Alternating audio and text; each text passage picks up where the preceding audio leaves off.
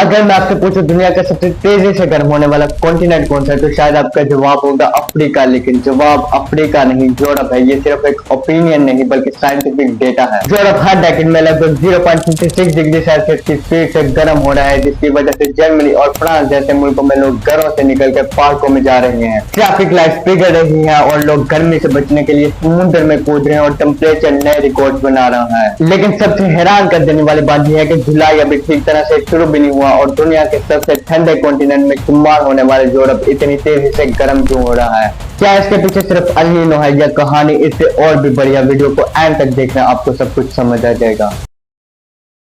असल में ये कहानी आज से शुरू नहीं होती, पिछले कुछ डेकेड से चल रही है। 2019 में जब यूरोप में हीट वेव आई थी तो इसमें तकरीबन 30,951 लोग मारे गए और फ्रांस में 1435 लोग मारे गए थे। और ये हीट वेव 24 जून से शुरू हुई थी और 28 जुलाई तक ये सिलसिला जारी रहा। और जून में जो पहली हीट वेव आई थी इसमें 567 लोग मारे गए थे और कोविड की वजह से इस मसले को इतनी ज्यादा इंपोर्टेंस या हाईलाइट ना हो सका। और फ्रांस में record breaking temperature 45 degree Celsius record किया गया था, जो फ्रांस की हिस्ट्री में पहली बार 2022 में जो हीट वेव आई थी ये 10 जून से लेकर 12 सितंबर तक जारी रही थी और इसमें 20,000 डेथ रिपोर्ट की गई थी और इसमें $40.2 बिलियन का नुकसान हुआ था। और लेट 2023 में Barcelona institute for global health की एक स्टडी में पाया गया कि इसमें 70,000 लोगों ने अपनी जान खोई। और 2026 में अब जो हीट वेव आई हैं ये 24 मई से शुरू हुई हैं और 10-15 डिग्री सेल्सियस के टेम्परेचर से स्टार्ट हुई हैं, जो कि नॉर्मल से ज्यादा है। इन हीट वेव की वजह से वेस्टर्न यूरोप सबसे ज्यादा अफेक्ट हो रहा है, जैसे कि फ्रांस, यूके और आयरलैंड जैसे मुल्क।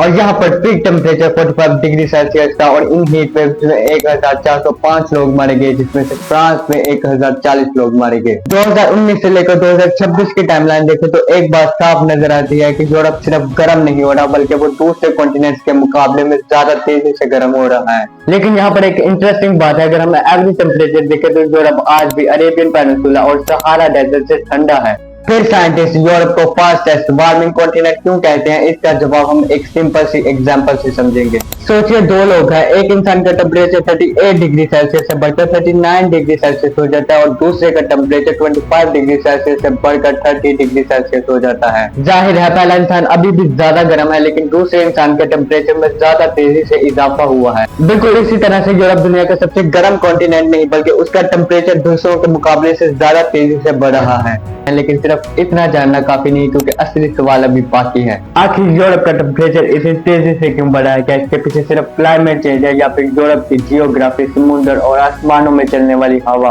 का भी किरदार है? इस सवाल का जवाब ढूंढते हुए साइंटिस्ट एक ऐसे फिनोमेना तक पहुंचे जो नजर नहीं आता लेकिन पूरे कॉन्टिनेंट का मौसम बदल सकता है। सवाल का जवाब एक नहीं बल्कि 5 रीजन है। पहली वजह है जमीन पानी के मुकाबले में ज्यादा तेजी से गर्म होती है, इसलिए समुद्र की रेत में गर्मियों में नंगे पहुंचना मुश्किल है। लेकिन उसी समुद्र का पानी इतना ज्यादा गर्म महसूस नहीं होता, पानी अपनी गर्मी को गहराइयों तक फैला देती है, जबकि जमीन उसी गर्मी को अपने अंदर जमा करती रहती है। यूरोप का ज्यादातर हिस्सा जमीन है और यूरोप का एक और पड़ोसी है आर्कटिक। आर्कटिक दुनिया का सबसे तेजी से गर्म होने वाला रीजन है और जब आर्कटिक की बर्फ पिघलती है तो सफेद बर्फ की जगह गहरा समुद्र और काली जमीन नजर आती है। सफेद बर्फ सूरज की रोशनी के एक बहुत बड़े हिस्से को दोबारा आसमान की तरफ भेज देती है, जबकि गहरा समुद्र और काली जमीन इसे अब्जॉर्ब कर लेती है। जितनी कम बर्फ होगी उतनी ज्यादा हीट अब्जॉर्ब होगी और जितनी ज्यादा हीट अब्जॉर्ब होगी उतनी ही ज्यादा बर्फ पिघलेगी और ये एक साइकिल बन जाता है जो हर साल अपने आप को और मजबूत करता रहता है। लेकिन कहानी यहाँ पर खत्म नहीं होती। यूरोप ने पिछले कुछ सालों में अपनी हवा को बहुत ज्यादा साफ बनाया, फैक्ट्री और पावर प्लांट से निकलने वाले पोल्यूशन पार्टिकल्स को कम किया गया है। ये इंसानी सेहत के लिए जरूरी भी था, लेकिन इन पार्टिकल्स का एक अजीब सा साइड इफेक्ट भी है। ये पार्टिकल सूरज की कुछ रोशनी को दोबारा आसमान की तरफ भेज देते हैं, लेकिन जब ये पार्टिकल्स कम हुए तो ज्यादा सूरज की रोशनी जमीन तक पहुंचने लगी।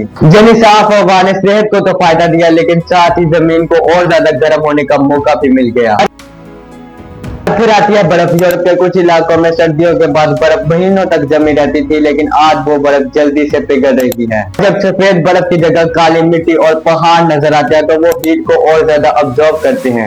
यानी वक्त गुजरने के साथ यूरोप की जमीन और भी गर्म हो जाती है। लेकिन अभी आखिरी फैक्टर बाकी है जो इन सबको एक रिकॉर्ड ब्रेकिंग हीट वेव में बदल देता है। एक ऐसा एटमॉस्फेरिक सिस्टम जो अगर यूरोप के ऊपर रुक जाए तो पूरा कॉन्टिनेंट एक भट्टी की तरह तपने लगता है। साइंटिस्ट इस सिस्टम को हीट डोम कहते हैं अभी तक यूरोप का टेम्परेचर हर साल धीरे धीरे बढ़ा है, तो फिर अचानक कुछ दिनों में 40 या 45 डिग्री सेल्सियस तक टेम्परेचर कैसे पहुंच गया? ऐसा क्या होता है जो पूरे कॉन्टिनेंट को एक भट्टी बना देता है? इसका जवाब छुपा है आसमान में। जमीन से तकरीबन 5 या 10 किलोमीटर ऊपर हवा का एक बहुत बड़ा हाई प्रेशर सिस्टम बन जाता है। साइंटिस्ट इसे हीट डोम कहते हैं। हीट डोम का समझना मुश्किल नहीं। सोचिए आपने प्रेशर कुकर के अंदर खाना रखा है और जब उसका ढक्कन बंद होता है तो अंदर की गर्मी और स्टीम बाहर नहीं निकल पाती। नतीजा प्रेशर और टेम्परेचर बढ़ता रहता है। बिल्कुल इसी तरह जब यूरोप के ऊपर हीट डोम बन जाता है तो ये गर्म हवा को नीचे दबा कर रखता है और यह हवा ऊपर नहीं आ पाती। और जब हवा ऊपर नहीं होती तो बादल नहीं बनते, और जब बादल नहीं बनते तो बारिश नहीं आती, और जब बारिश नहीं आती तो सूरज की रोशनी रोज जमीन को गर्म करती रहती है। हर गुजरता दिन पिछले दिन से ज्यादा गर्म होता है, इसीलिए ये हीट वेव सिर्फ 1 या 2 दिन नहीं रहती, बल्कि ये कभी कभी 1 हफ्ता और 2 हफ्ता तक काम करती है।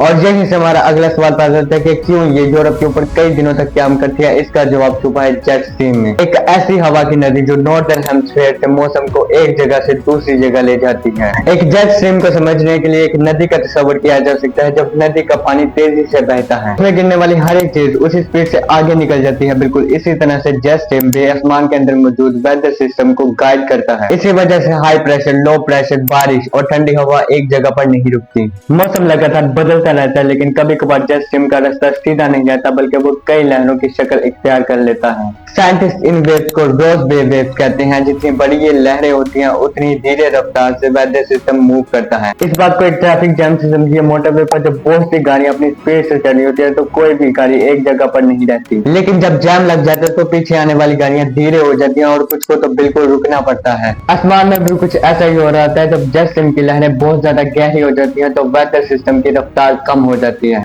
और अगर उस वक्त यूरोप के ऊपर हीट डोम मौजूद हो तो उसे आगे धकेलने वाला सिस्टम कमजोर पड़ जाता है। नतीजा हीट डोम कई दिनों तक एक ही जगह पर काम कर सकता है। इसीलिए यूरोप की कई हिस्टोरिकल हीट वेव सिर्फ इसलिए खतरनाक नहीं थी कि उनमें टेम्परेचर बहुत ज्यादा था, कुछ इसलिए भी खतरनाक थी क्योंकि वो ज्यादा देर तक वहाँ काम करती थी। तो यूरोप की ये हीट वेव सिर्फ एक वाकया नहीं बल्कि बदलते हुए क्लाइमेट की एक वार्निंग है। आज टेम्परेचर के रिकॉर्ड यूरोप में टूट रहे हैं, कल शायद दुनिया के किसी और हिस्से में। सवाल ये नहीं कि गर्मी कितनी ज्यादा बढ़ रही है, सवाल ये है कि हम इसके लिए तैयार हो पाएंगे या नहीं।